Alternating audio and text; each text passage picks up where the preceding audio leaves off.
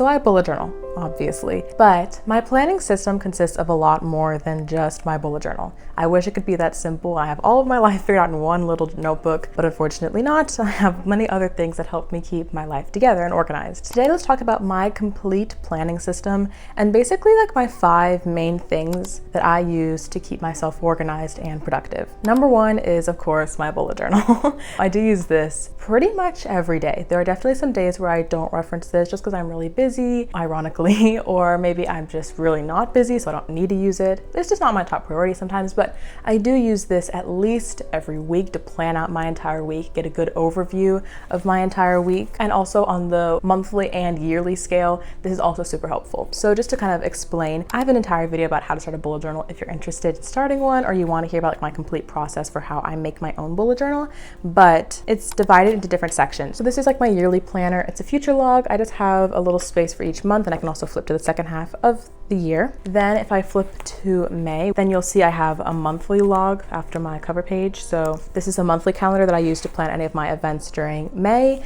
And then going into like a weekly spread like this one, this is where I plan all the events on an even smaller scale. Things just get smaller and smaller and smaller, and you can do daily spreads as well. But I just like having this as an overview and also just a creative expression. This is the most creative I can be, is with my bullet journal on a more consistent basis. As far as a year goes, it's usually about as long as I look. It's 6 months or a year. This is where I do most things. I put my events here, my daily to-do lists, any appointments, any exams, academic planning I do in my bullet journal, which is super important because I'm in college. So this is my academic planner for April, and each line is a different week in the month, and then each column is a different class. I also keep trackers every single month in this journal. I'm not going to show you guys my expenses tracker, but on the right I do have habit trackers, as you can see, and I do other trackers too, like gratitude logs, health trackers, stuff like that. There's a lot of things I do in my bullet journal, so this is a very useful tool for me. And if you're a little bit of creative and you want to be productive and creative at the same time, I feel like this is a great option to kind of combine both of those interests. That's why I love bullet journaling and why I've been doing it since 2020. However,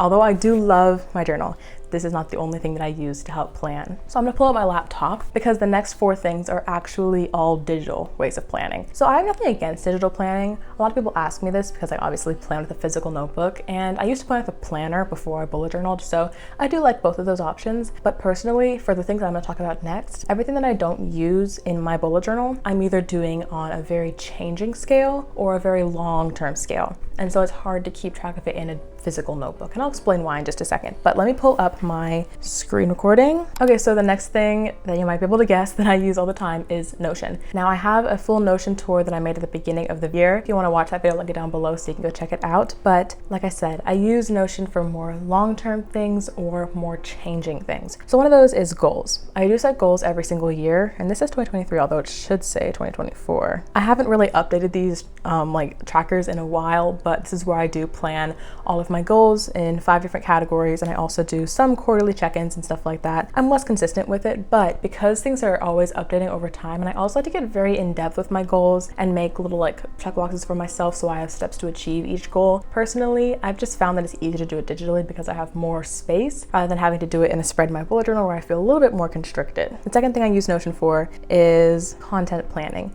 So I'm not gonna scroll too much on this page because it will spoil future videos, but I do plan content here because my content schedules are always changing, and I have a lot to keep track of. I post on YouTube, Instagram, and TikTok, and I also do YouTube Shorts, and so I have multiple things moving every single week. So many different video ideas that are constantly changing before I make them. I'm constantly moving things around in the calendar, and in fact there is a calendar like view here that makes it really easy for me to just like move around a post if I felt like it was on the wrong day. Whereas if it was in my bullet journal, of course, that'd be a lot harder to move around because it's already written in, you know what I mean? I also on the right over here track brand deals, affiliates, and the ideas I have for posting. Things like links to things, those are much easier to keep track of digitally. Just copy and paste into Notion, then write it out in my bullet journal, like write the whole hyperlink. It's too much work. Yeah, this is where all my planning is for my content. This is why I like to do it digitally, just because it's very flexible and always changing. And there's always a car outside. If you guys didn't notice, I'm currently back at my hometown, which is why the background is different. I'm trying to test out different places to film at my house.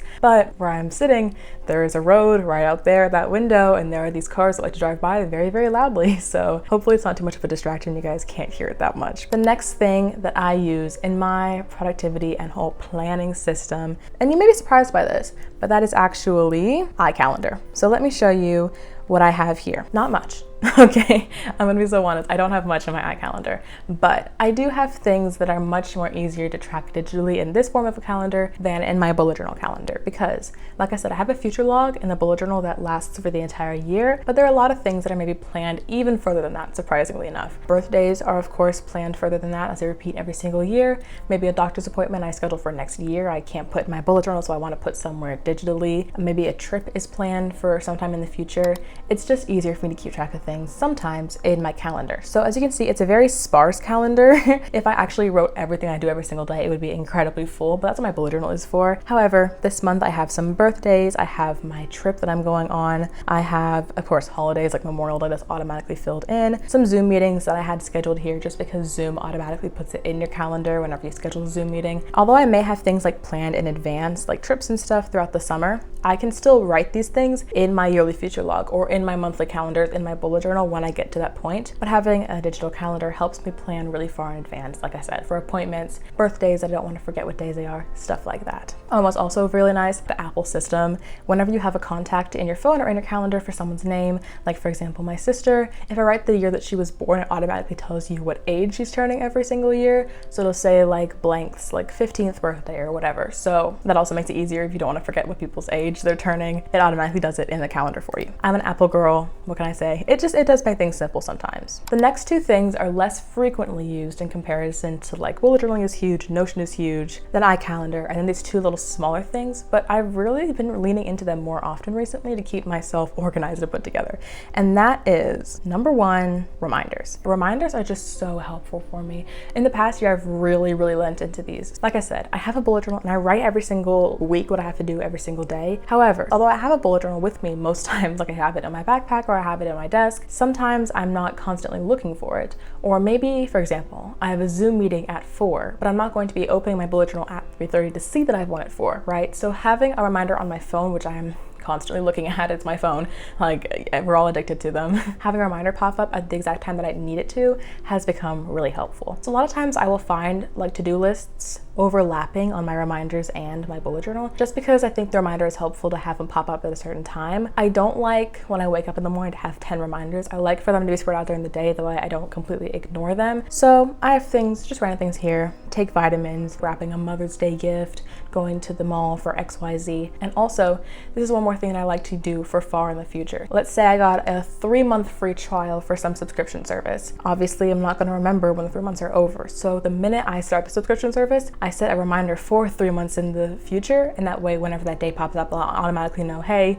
quit the subscription service, get your money, and don't have to pay for it. So super helpful. I definitely recommend reminders, and even if you're like on an Android and you don't have an Apple, I'm sure there's still some kind of reminder app that you can use there as well. The last little app that I like to use to help myself plan things and keep just track of my life is the Notes app. I do a lot of things in Notes, and this is mostly random, and I know a lot of people have like a messy Notes app with just a lot of random things. I like to go through here and declutter every now and then to make sure that's just only the things I need it to be, to keep clear storage and stuff like that. But I do keep track of things here like volunteering hours, contacts, because I wear contacts sometimes, but I only get to wear them for 30 days. So I have to like count how many days I've worn them until I need to switch to a new pair of contacts. I write a lot of dreams in here because I have a dream journal that I use separately, but a lot of times, although I use a dream journal, I just don't have time in the morning to wake up and like write everything down. So I usually just like voice memo into a Notes app, and then when I come back later, I'll like copy it into the journal. You know what I mean? It's like so counterproductive, and I really need to just get into the habit of using my journal. But unfortunately, I am currently using Notes for that quite frequently. This is not one that I use every single day of my life, but it does hold some important information for me. So those are my like 5 main things. I use a lot of other things to plan different areas of my life. Like for example, I use Goodreads and Storygraph, which are 2 different apps to track like the books that I'm reading. I also use Letterboxd for films. I have apps to track like my cycle or other things, but These are like the 5 main things that I use to track like the general aspect of my life. And I think if I had to pick 2, my bullet journal and Notion are like the 2 main things that I literally go to every single day. And if I didn't have them, I'd be like crazy. Like I wouldn't be able to track everything at all. So that was a little overview of what I do. Hopefully you guys maybe got some tips from it. Let me know in the comments what your planning system is, whether you bullet journal, if you're more digital, maybe a combination of both, like a hybrid system like I use. Let me know. As always, subscribe for bullet journaling videos and productivity videos and reading videos every single Saturday. And if you want to see some new videos from me, check out this video right here on the screen. This was last week's video where I talked about 10 unique bullet journal theme ideas that you can steal for your own journal. So check that out over there if you're interested. And I love you guys so much, and I will see you guys in that video. Goodbye.